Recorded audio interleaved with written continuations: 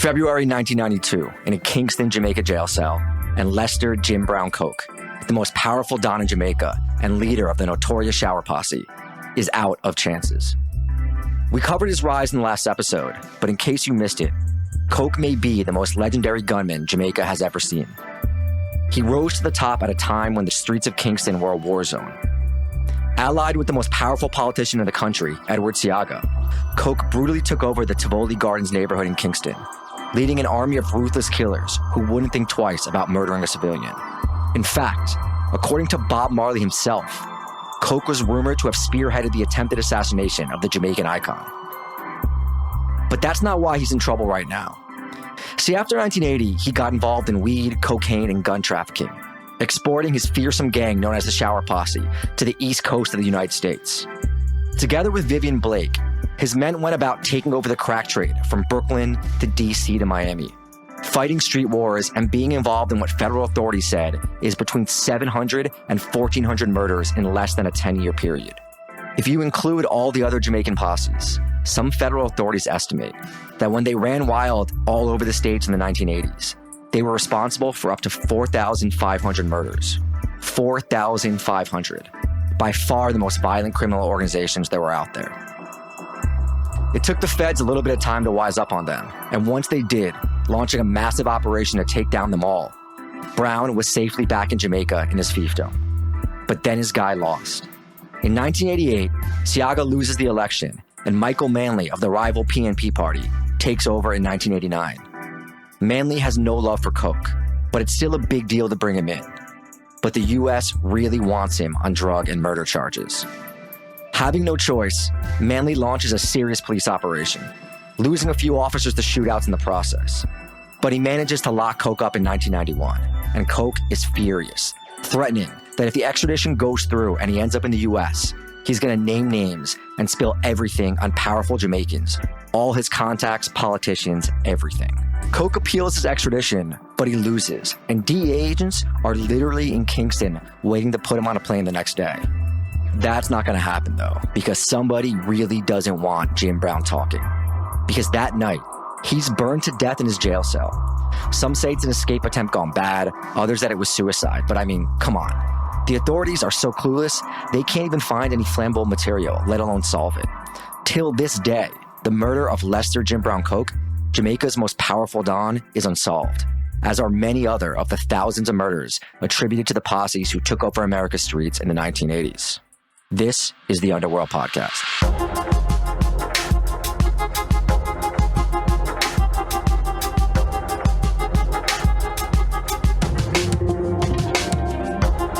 Welcome back to another episode of the Underworld Podcast, where two journalists who have reported on guns and gangs and ganja all over the world now sometimes sit in their living rooms and tell each other stories of organized crime from around the globe, from the past, present, and future.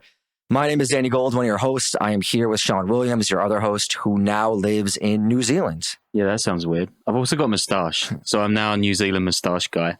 And actually, while we're doing this intro, I want to shout out your recent story for Tablet. That was amazing, man. Folks should definitely read it, and they should bear in mind that we're actual journalists, not just idiots talking shit. Yeah. Important thing to remember. But yeah, man, it was good and a lot of positive reception. I was actually up last night at 2 a.m. because I had a hit with the BBC World Service about it. So I'm kind of exhausted. So you guys might have to bear with me through this episode. As always, you can get bonus material at patreon.com/the Underworld Podcast for $5 a month, or even just chip in $3 to help us not lose the motivation to keep doing this. Or you can sign up on iTunes with one click. And I think we actually have merch back up again. I know a lot of people are asking for that. Yeah. If you go to underworldpod.com/merch or underworldpod.com and click on the merch thing, we got the Don't Instagram Your Crime shirts and all that sort of stuff. So yeah, wear them. Don't Instagram your crimes, but Instagram yourself wearing the shirts. And then I guess tag us. I don't know. I don't care. So today we are going to do a second episode on the Jamaican posses from when they left Jamaica and came to the U.S. in the early 1980s. In a spiral of just bloodshed and crack sales that ripped apart the country. Seriously, the amount of murders here, it's a massive scale, and no one had seen anything like it. And if you want more in-depth background on their origin story and what happened in Jamaica with the politics and all that, you can go back, I think, to 2 weeks ago, the episode. Yeah. So we really dove into it then, but you also don't need to if you just want to tune into this one. Yeah, I mean, it was beginning to get pretty feral with all the killings at the end of that last show as well. So I'm sure this one's going to be all roses and hugs and kisses and cool reggae and stuff like that, right? It's pretty brutal, but you can kind of go back. We don't want to just go into like how crazy the murders were and all that. The sort of, everything that went with it and the cause of it and all that violence that was brought onto the island and how it kind of engulfed society, every cause, reaction, all that sort of stuff. So if you want that depth, go back to the last episode, but back to the Jamaican gangs and what was to come. In that episode on the rise of Jamaica's politically intertwined gangs and the attempted assassination of Bob Marley from a few weeks ago, we left off right after the violence-plagued election of 1980. And the once promising gang truce had been broken when the top Jamaican politicians, Edward Seaga and Michael Manley, were more interested in warring for power, and Seaga had linked up with the infamous Jim Brown, Lester Coke, who had established himself as a prolific killer and just the top-ranking Don. At the same time, cocaine starts to arrive in Jamaica as it becomes a major transshipment point to the U.S., and the Dons are getting a taste and realizing, maybe they don't need the politics money if they can get the powder money, which is always a lot more. Also, when Seaga's party had taken over, the Jamaica Labour Party that is, they were cozying up to the U.S., and the U.S. DEA was hyper-focused on eradicating the marijuana trade. Says the Jamaica Gleamer, which is a local newspaper there, quote, "The JLP had chosen to join the U.S. side in the Cold War, and at that government's behest, embarked upon a major ganja eradication campaign. The anti-marijuana initiative caused an economic fallout among the growers and traders of the illegal crop and forced drug traffickers to seek alternative means to make their money. And the alternative means, of course, is cocaine trafficking because, they already had the network set up in the U.S. Yeah, that's funny because that's kind of what happened in Nepal as well. And we've got a show coming out about my trip there in a couple of weeks. But I'm kind of like, you've done a bunch of reporting in Trinidad and you did a show like a million years ago about that too. Is this similar to what happened there? Like the coke money outweighing the political tricks and that kind of stuff? I mean, it's not really, because in Trinidad, everything happened kind of really differently. Those gangs are much more of a recent creation. They didn't have there wasn't a lot of political money came in. The contracts came in later. Mm-hmm. And Trinidad also has that, we talked about in the episode, that attempted overthrow of the government with the crazy Islamic gang there. So it's kind of a different beast. There are similarities now with the gangs in Trinidad being tied in and with it being a transshipment point where some of that coke and the guns filter into Trinidad and lead to more violence. But it's the origins of it all and how it came about is, I think, very different from Jamaica. But okay, in that point, when all the cocaine's coming in, we're talking like early 1980s, even like the bad boy gangsters are getting nervous about the violence in Jamaica and just the insane amount of extrajudicial killings being done by the police. They all have targets on them. So they start leaving Jamaica and heading to the States. And by the mid-80s, police in Kingston were committing 1/3 of all murders and just became notorious as these killers in uniforms. There's one particularly famous one who was Seaga's bodyguard. His name was Trinity, and he was alleged to have killed dozens of people. Jesus Christ. And did this guy just get off? Did he end up going down for any of this stuff? Well, he was, the prime minister's right-hand man. I think he was eventually killed, but I actually don't know. There are only bits and pieces of him that I pulled up, and I didn't really dig further into it. So we also mentioned Laurie Guntz's book, Born Free Dead, in the last episode on Jamaica. She actually continues her reporting in that book into America in the 80s and shows the connection. Here's a quote from it on what was happening.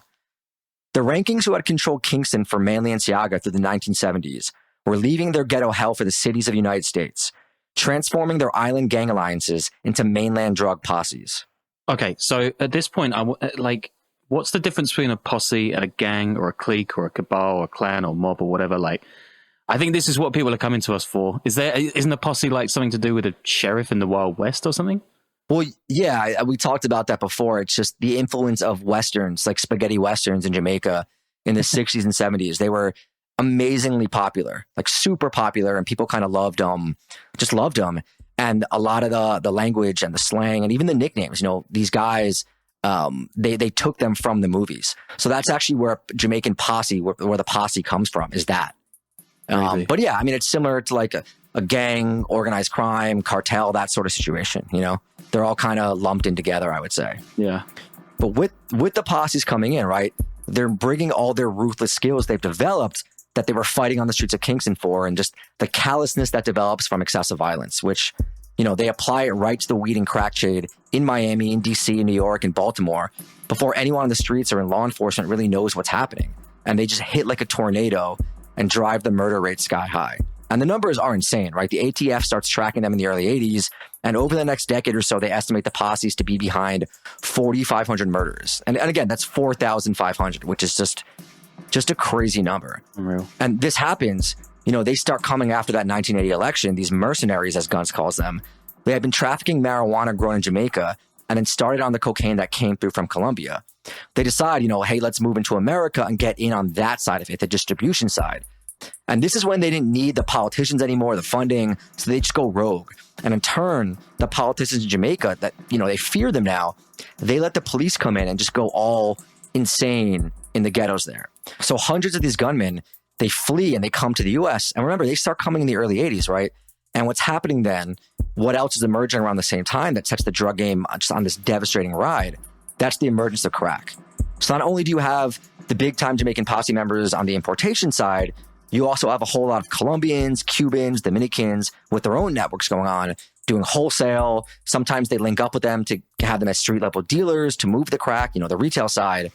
And they're going to link with other posse members and it just starts going crazy. Do these different nationality gangs, do they divvy up the US by city, or are they just going at it hell for leather, dropping bodies nonstop?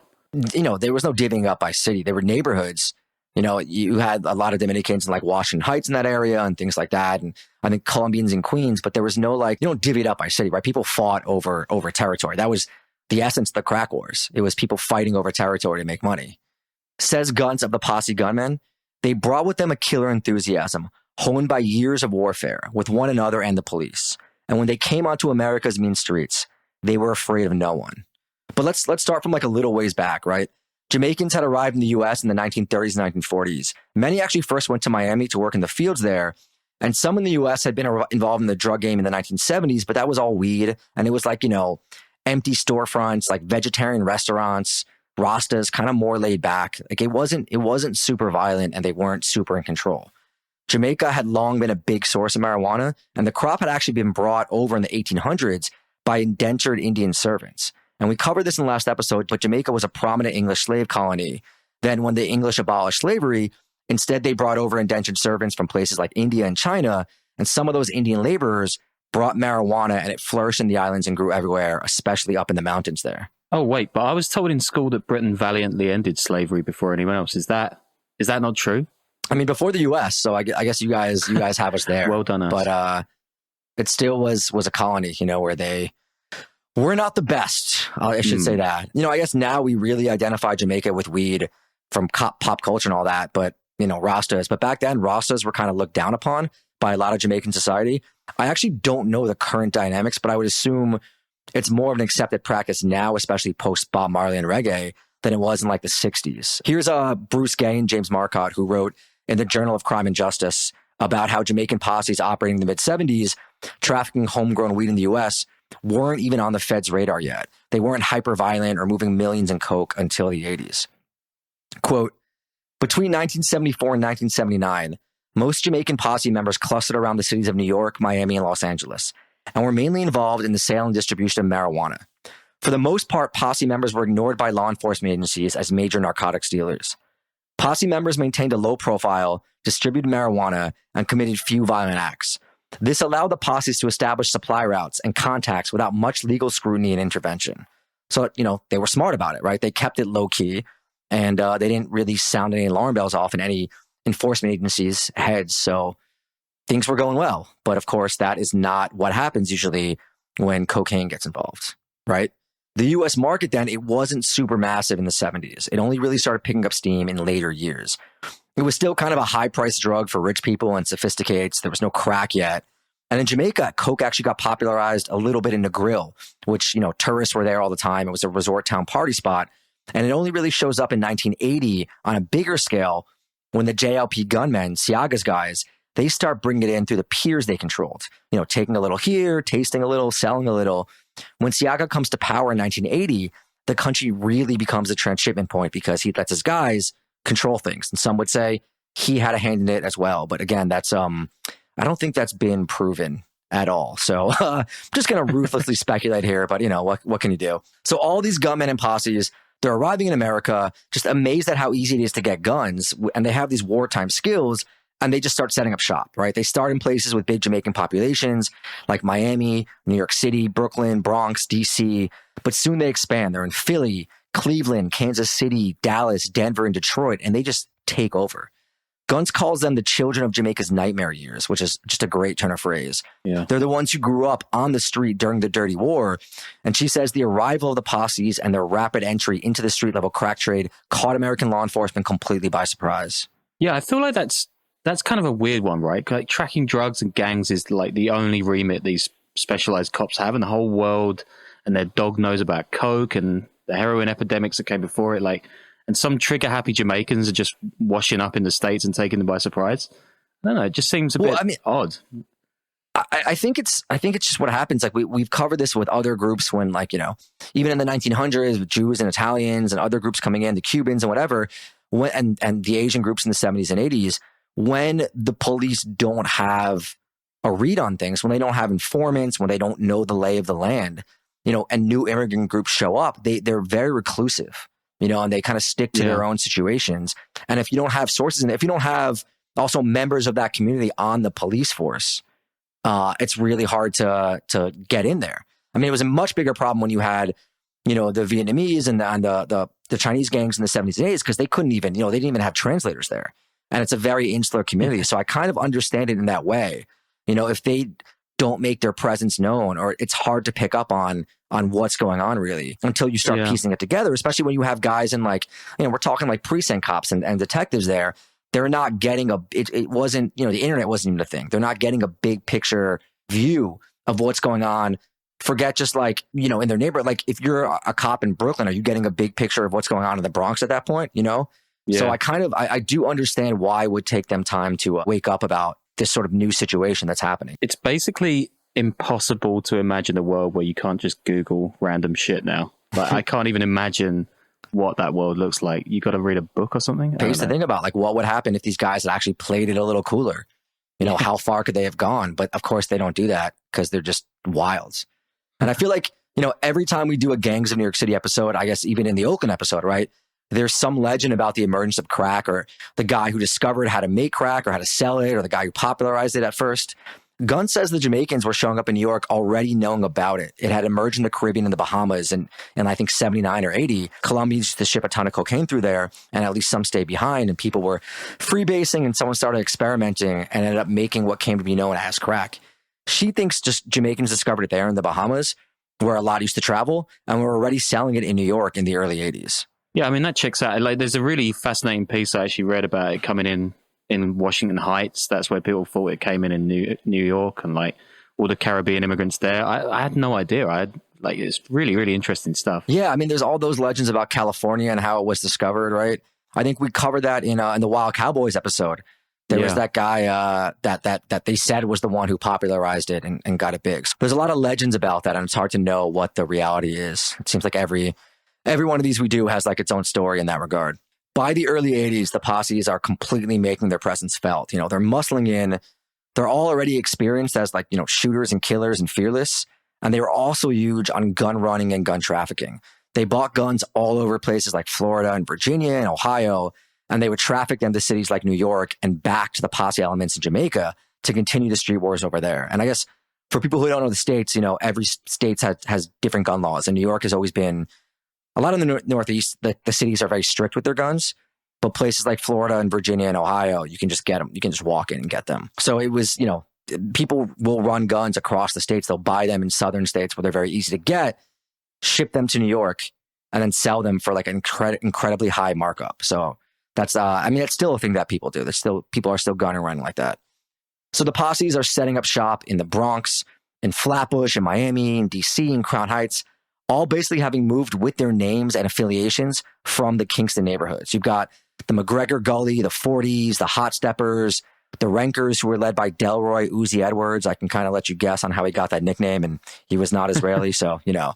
And of course, you have the Spanglers and the Shower Posse of Vivian Blake and Jim Brown, who we'll get into in a bit. Good names. Important thing to note, you know, these posses in the States, they maintain their connections to Jamaica and their political affiliations too, which is going to make things interesting later on in the episode when some big names start getting mentioned in some interesting testimonies. But it was very important for the U.S. Dons making bank here to support their communities back home.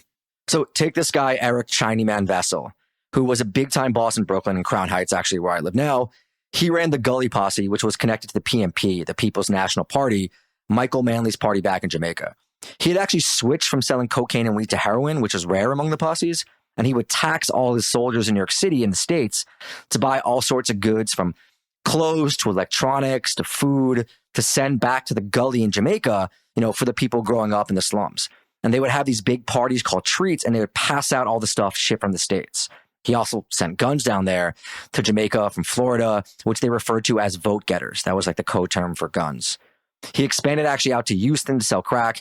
He even took over a whole building in Crown Heights. He actually had beef with the Rankers Posse, the one I mentioned above, but they controlled 12 corners in Crown Heights and were doing like $50,000 a day selling crack. Delroy Uzi, the leader of the Rankers, he was actually a baby JLP gunman when he came to the States, just a young guy. His crew ended up killing 6 people, including torturing one, and they were the first posse to get taken down, and he ended up getting sentenced to 500 years. 500. I mean, one day I'm going to ask you to tell me why the states dish out these sentences. I don't really get it, but I'm sure there's a logic to it. It's something I should know, right? Having covering crime for especially like the daily beat crime stuff, but I actually don't know. I mean, they just compound it. I have no idea. I'm sure there's a legal thing for it. I have no idea. Yeah, the Jamaica rivalries, they continue in America. Chinaman Vassal eventually fled to Jamaica after facing a slew of murder charges, but he was extradited in 1997. His gang got busted in 1990. All the posses eventually get busted around that time because they were just too wild and reckless and dangerous. And the most dangerous one of them all, the ones who became the most infamous and are responsible for the most violence, are the Spanglers and the Shower Posse, who fought wars, shootouts all over the eastern seaboard, New Jersey, Brooklyn, Fort Lauderdale, just like incidents where there were multiple body counts, barbecues, nightclubs.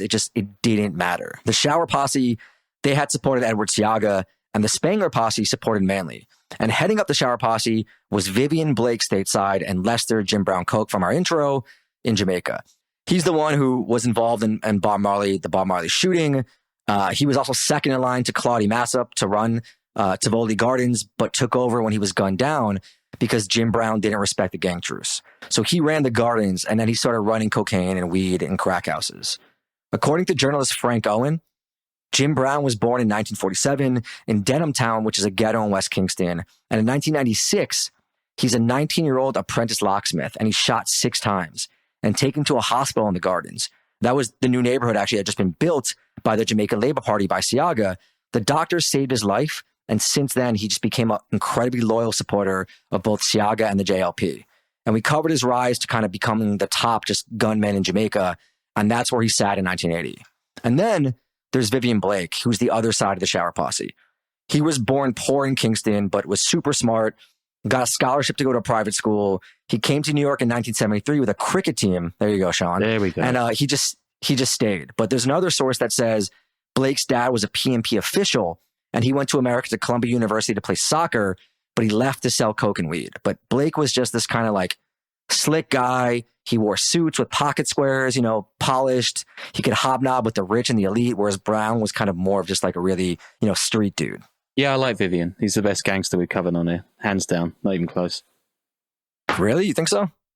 Yeah, I mean, there's one detail that I like above all the others, but yeah, he sounds great. Oh, the cricket thing. Yeah. I figured that would sell you. But Blake had been doing his own thing. He was selling coke and weed in the Bronx when he links up with Jim Brown in the early 80s. Both had been very close with Seaga. They name it the Shower Posse, even though lots of people say it's because they showered their enemies with bullets. There's another story that says it came from a Seaga speech in 1980 where he said there was going to be a shower of blessings coming. Blake also had Colombian connections. In 1980 is when he really went from weed and just dived into cocaine. He handled things stateside, and Brown handled things in Kingston, and things in Kingston were just going nuts. One night in Kingston around then, Jim Brown and Shower Posse men, they go into the garrison known as Rima. And remember, they were called garrisons because they were like fortified, armed neighborhoods at this point. Rima, they were part of the JLP, right? But they had threatened to switch allegiance to the PNP.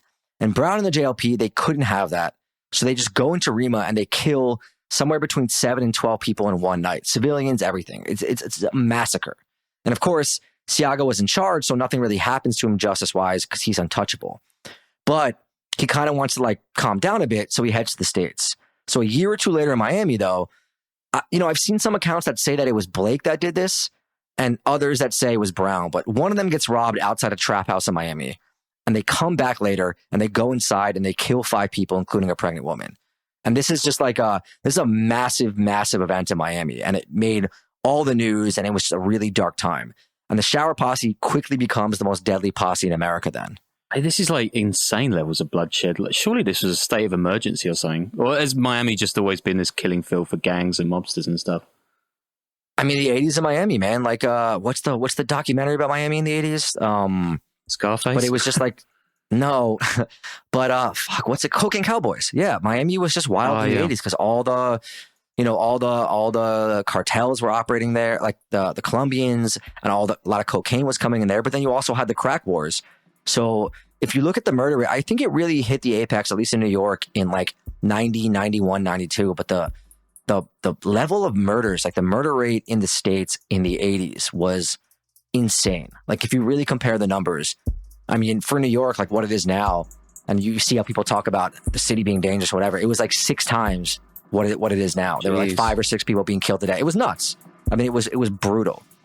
Here's part of a Miami New Times article in 2010 recounting those days. Quote, a few of the more brazen late 80s hits. Shower Posse hitmen opened fire on a packed Fireman's Benevolent Hall in Fort Lauderdale, wounding 3 and killing their target, a reggae DJ. They shot up a park soccer match, killing pro soccer star Colin Fowles. 5 people were murdered in a posse-orchestrated Miami crack house massacre. 2 posse henchmen went down in a blaze of bullets as they tried to shoot themselves out of a police sting in a warehouse. Jesus. And again, those are attacks that were only in South Florida. New York had its own, DC had its own, and there used to actually be this string of clubs on Empire Boulevard down in my neighborhood, a few blocks from here, which used to be like this big industrial warehouse type area where there would be shootouts like every weekend. There was one of the clubs is called the Love People One Club, and one officer there said to the Daily News, quote, the place is like Vietnam. The young toughs show up there to show off their gold and their BMWs. 3 things interest these guys: guns, drugs, and cars. Adding cricket, that's basically Sean's old Tinder profile right there. All right, yeah, I'll give you that. Blake was running things in the U.S., though, between New York and Miami while he's fighting off the Spangler Posse. And it's estimated between 1984 and 1987, they moved 300,000 pounds of weed and 20,000 pounds of cocaine. So I guess they actually didn't really give up the weed too much. Blake also had 2 half-brothers that were shooters for the Shower Posse, and one, whose nickname was Fabulous, was the chief executioner and wound up confessing to 87 murders. Cool. Yeah, I mean, I don't know. You hear something like that, and I'm like, is he taking the blame for other people so that he, they don't get brought up on charges? But also, it could be he could have killed, like the way these guys operated. He could have killed 87 people. Like was that insane. He probably got 2,000 year sentence or something. Yeah, and I want to be clear too. So, we're going hard on this, but like, we've talked about this with organized crime groups that come from, the former Soviet Union, the former Yugoslavia, Albania, other countries with recent histories of oppression, violence, war, otherwise.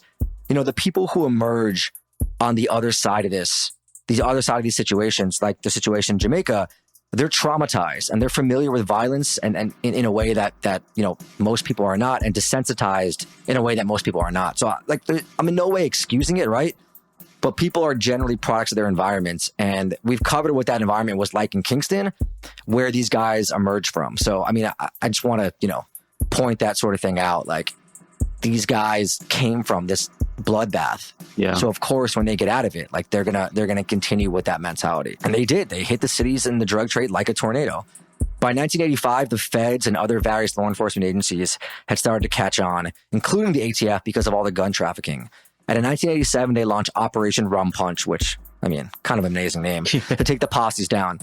By the mid to late 80s, there were 23 task force set up nationally to take them down. You had DEA, ATF, FBI, IRS, immigration, customs, local police, sheriffs. Like, it was just a massive, massive effort. And they're just wild stories that start to come out around them in the papers around this time. And I'm going to read a few of them just because, why not? The Times in 1987, they wrote it up, the first initial sweeps, with 124 arrested in 13 states and D.C. Quote, the gangs known as the Jamaican Posses have been connected to 625 drug-related murders, along with kidnapping, narcotics trafficking, gun trafficking, robberies, assaults, and money laundering. The Bureau's involvement in tracking down the Jamaicans began in 1984, when Interpol asked United States officials to trace several firearms recovered in Jamaica. The investigation ended with corroborated evidence of the existence of a Jamaican-controlled narcotics cartel known as the Shower Posse. Other gangs include the Spangler Posse in Miami, New York, and Philadelphia, the Dog Posse in Philadelphia and Boston, the Tel Aviv Posse in Miami, Washington, New York, the Dunkirk Boys in New York, the Waterhouse Posse in Kansas City, and the Bonson Posse in Miami, Washington, and New York. So yeah, I mean, these guys were just everywhere, man. They were moving, really moving. Here's the Sun Sentinel in Florida in 1998, quote, heavily armed Jamaican drug gangs have moved into American cities in such great numbers and with such shocking violence that federal and local law enforcement officials are making an unprecedented commitment to stop them. When Jamaican posses get to a city, they tell people in the narcotics market that they are there and that they are taking over, said Joe Vince, special agent with the U.S. Bureau of Alcohol, Tobacco, and Firearms. If those people don't like it, the gang kills them. And it's like, I mean, I don't know, right? Like, it sounds pretty dramatic, and I'm always hesitant to take law enforcement 100% in these sort of situations at their word. It kind of sounds like hyperbole and fear-mongering, but it's also kind of legit. Like, at the time, you know, these dudes were really out there just shooting shit up. The murder numbers really did get that high. They moved a ton of crack. They were legitimately violent psychopaths. So, I mean, there's probably a lot of merit to that. In 1989, the LA Times writes up what happened in Kansas City, where they say 450 posse members had showed up and set up 50 crack houses. By then, 200 of them had already been charged and convicted, but local authorities had noticed them arriving as early as 1983. And I mean, this is written pretty wildly. Quote, it wasn't until the bodies started piling up in crack houses across the city that the realization dawned. Kansas City was being invaded by violent Jamaican drug gangs. Volatile and ambitious, the gangs, called posses after the gunslinging peacekeepers in movie westerns, were in large part responsible for the rapid spread of the drug crack into the nation's heartland in the mid-1980s. So they're actually like putting the blame on crack reaching all over the U.S. away from like New York, D.C., and Miami on the Jamaican posses, which is crazy. One narcotics officer says, quote, the Jamaicans brought in a much better quality of cocaine. That's what made them catch on real well, he said. They weren't cutting the dope like everybody else, and they were giving bigger pieces for the money. They just flooded the market. This is on such an industrial scale. Like this, I can't actually believe how huge these gangs are. I mean, also the journalists calling them posses and then describing what a posse is, which is not what they are, and then carrying on calling them posses is awesome. But yeah, this is. I don't think we've done a story on this scale in a while. This is absolutely chaos. I think they were. Wait, what do you mean? I think they're getting it right. Like that's what posses were, right? Like the Old West, sort of like. I guess they're saying they're named after gunslinging peacekeepers, but they are not. They are not peacekeepers. So yeah, I don't know. No, of course not. But they are named after them. Like that's where they got the name from. No, I guess so. Yeah. But yeah, I mean, by 1988 and 1989, a lot of them are just starting to get busted and broken up. 1988 is when the Shower Posse gets indicted and brought down. Though Jim Brown and Vivian Blake, they flee to Jamaica and were untouchable at that time as the Dons. Things did start to calm down with the posses in the States by then. And in regards to all the crazy violence, there's a New Jersey law enforcement paper that says, quote, by the end of 1989, entrepreneurial considerations had become more important than political allegiances in running the posses. As members of the old guard or the posse leadership are either killed or jailed, younger members, some of them second-generation immigrants less attuned to the gang warfare and politics of Kingston, are taking over. The emphasis now is on practical concerns, such as who is able to supply the drugs and at what price. So they focus more on the money and less on the murdering. And, you know, these guys, too, like one of the things you pick up on from looking into them is that they actually spend a lot of time killing each other, for ripping each other off, and also just other Jamaicans they preyed on. And what happens is, you know, there's no code of silence, really. And because there was such animosity, many end up testifying against each other. But yeah, you know, we're going a little hard on the quotes here. But the thing is, I'm lazy and I had a lot of work to do. So I just kind of just juggling so many jobs. So, I mean, you know, what are you going to do? Also, by 1988, people are looking into the posse's connections to the powerful politicians in Jamaica. Seaga's name is brought up in a congressional committee looking at Caribbean drug trafficking. And Caribbean? How do you even say that word? I would say Caribbean, but you guys say Caribbean, right? I don't know. I'll say Caribbean. Yeah, Caribbean. Another thing that happens around then is that law enforcement agencies, even high-level politicians in the U.S., they're starting to look into the posse connections to the powerful politicians in Jamaica. Seaga's name is brought up in a congressional committee looking at Caribbean drug trafficking. And also that year, a warrant is issued for Blake's arrest in Miami but he's already in Jamaica where Jim Brown is holed up, and they both escape prosecution for all their massacres at this point. But what else happens in 1988, 1989?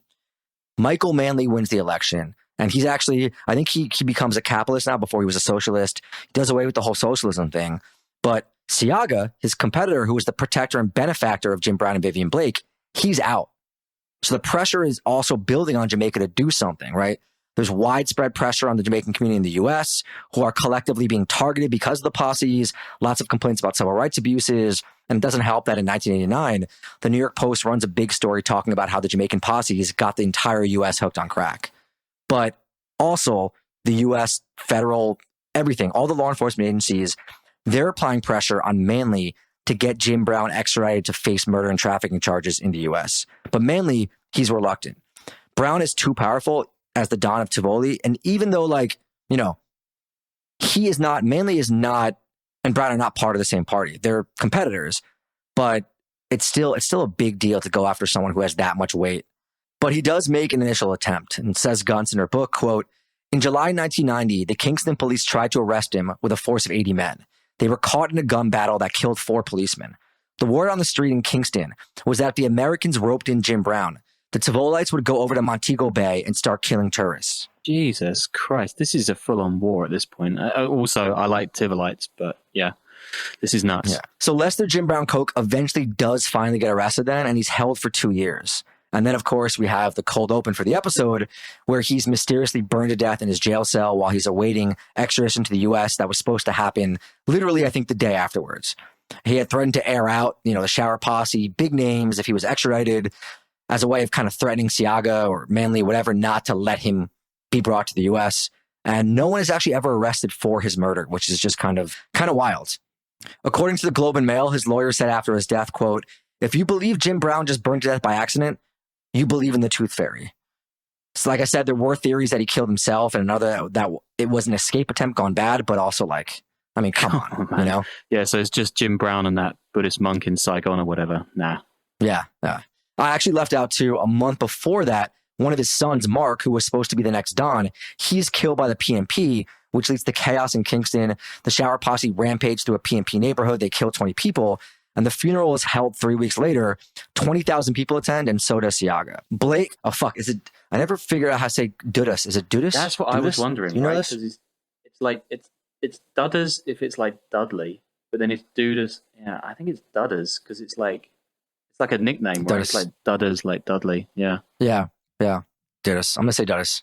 Blake ends up taking over the Shower Posse for a bit, along with Christopher Koch, who was another one of Lester Koch's sons, who becomes quite infamous himself, but we'll get to that.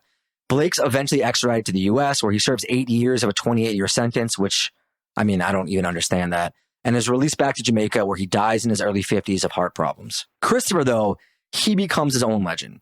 Says the book The Dead Yard, quote, "The power wielded by Koch in Tivoli Gardens had evolved in the absence of proper government. Without state provision, Koch alone had prevailed upon to settle local disputes, ensure adequate schooling, and create employment. In short, he provided services that the Jamaican government did not."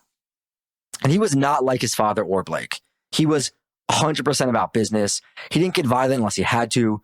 Says Frank Owen, writing on his Substack, compared to his father, Christopher Koch was an educated man. He attended Arden High School, one of Kingston's top private schools, where he was set by one teacher to be a model student. Slight of build and soft-spoken, he was a math whiz and stayed out of trouble during his time there.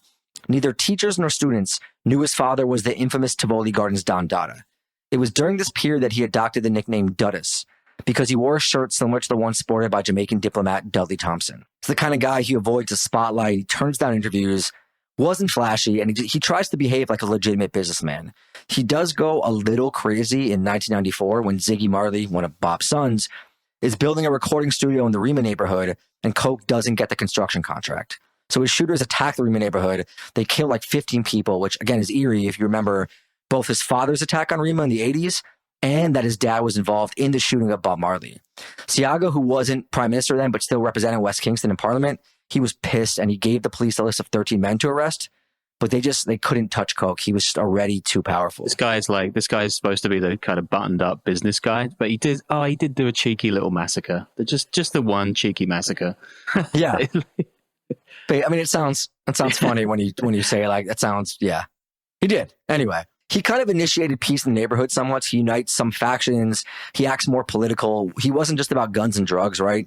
He also gets involved in controlling construction and ports and all that. Says Owens again, it wasn't the Jamaican police that kicked out the rapists and muggers in the gardens. And it wasn't the Jamaican government that fed the hungry, paid for medical bills, or brought school uniforms for local kids. And if Dudus achieved this by extorting business owners or selling drugs to rich Americans, few residents cared. Coke had done what the state failed to do for decades, establish order. The only crimes that Dudus allowed were the ones he sanctioned. He was making more money from construction and his control of the docks in Newport West than he was from drugs and gun running. With the Jamaican Labor Party back in power, government largesse filled the presidential clique's coffers. In the early summer of 2009, Incomparable Enterprises, Coke's construction company, received 3 contracts worth $32 million from the Ministry of Water and Housing to repair buildings in Tivoli Gardens. Which again, that's a great name for a company run by a drug lord, right? Incomparable Enterprises. Yeah. That is just, if I didn't know that, I would investigate them solely based on the name if I was in law enforcement. I mean, Coke's name is a pretty. Oh yeah, that too. But yeah, I'm just gonna keep going with the quotes because I'm just so tired of writing. So if you made it this far, like I'm sure you won't mind. There's a big piece. I remember it years ago when it came out because it was really really good. Matthias Schwartz, he had a big expose for the New Yorker. He's a great writer. About the U.S. involvement in the raid that eventually brings down Christopher Coke. He said, quote, Coke does not appear menacing. He is 5 feet 4 inches tall with a round baby face. But his dominion in Tivoli Gardens was absolute. His organization, known to residents as the System, had its own penal process, including a jail, magistrates, and executioners. Coke's code was simple. No robbing, no raping, no killing. And his justice stringent. Teenage thieves had one hand broken. Rapists were beaten. Anyone foolish enough to persistently dissent was exiled or killed. Once, according to U.S. federal prosecutors, Coke ordered a man he believed had stolen drug proceeds to be tied down so he could kill him personally with a chainsaw. Coke's lawyers deny this. Residents went to Coke. Yeah. Residents went to Coke for tuition, legal aid, business loans, food, and medicine. The rest of Kingston scrimped to afford Jamaica's electricity rates. As much as $1,200 US annually, in a country where the gross national income per capita is about $7,500. Whereas in Tivoli, 99% of the electricity arrived free of charge. These guys make it big and they spread that money around to build loyalty, Lou Rice, a retired USDA officer, said. In 2009, the U.S. finally gives the extradition notice on Dudus for murder and drug trafficking. Jamaica's government refuses. Bruce Golden is the prime minister then, and he's a JLP man through and through, and Tivoli Gardens are his constituents. But the U.S. is applying pressure, and in 2010, Kingston starts gearing up for a war when it looks like Golding is just going to agree with it and go through with it. In May of 2010, a state of emergency is issued as the garrisons are stockpiling weapons. Thousands of his supporters are on the streets. The police are killing people. Dudus is on the move, avoiding the manhunt. There's a massive raid. The big operation raid is launched May 23rd, and there's just a heavy amount of violence over the next few days. Over 70 people are killed, mostly civilians, many executed. The actual fuck is going on here? This is nuts, even for this episode. Yeah, that's a big part of Matt's article that he goes into it in the New Yorker, which you guys should all read. And there's also, I think the U.S. used the drone during it, which was, I guess, revolutionary at the time, and they were not supposed to be doing that. So definitely read that. Nearly a month later, on June 22nd, Coke is still on the run, but he's caught in the car with a local reverend. He's dressed like a woman with a wig on, and he's actually headed to the American embassy. He actually had feared that he was going to be dealt with like his father was, so he turned down any appeal on extradition, figuring he's safer in the States, and he's on a plane to New York days later, and in 2012, he's sentenced to 23 years. And that's, where we leave off. Jamaica still has like a massive gang problem. I think there was a state of emergency just declared a month ago. It also has one of the highest murder rates right now in the world. Yeah, man, I would still love to film a doc there at some point in my career. I got really close with Remastered, but then I had to, fuck off for a different assignment. But yeah, it's a story, man, and this is a vicious one. But yeah, one of the ones I wanted to do for a long time. And definitely, read that book, Brief History of 7 Killings, which fictionalizes a lot of what we talked about, both in the last episode and in this episode. It's really, really great.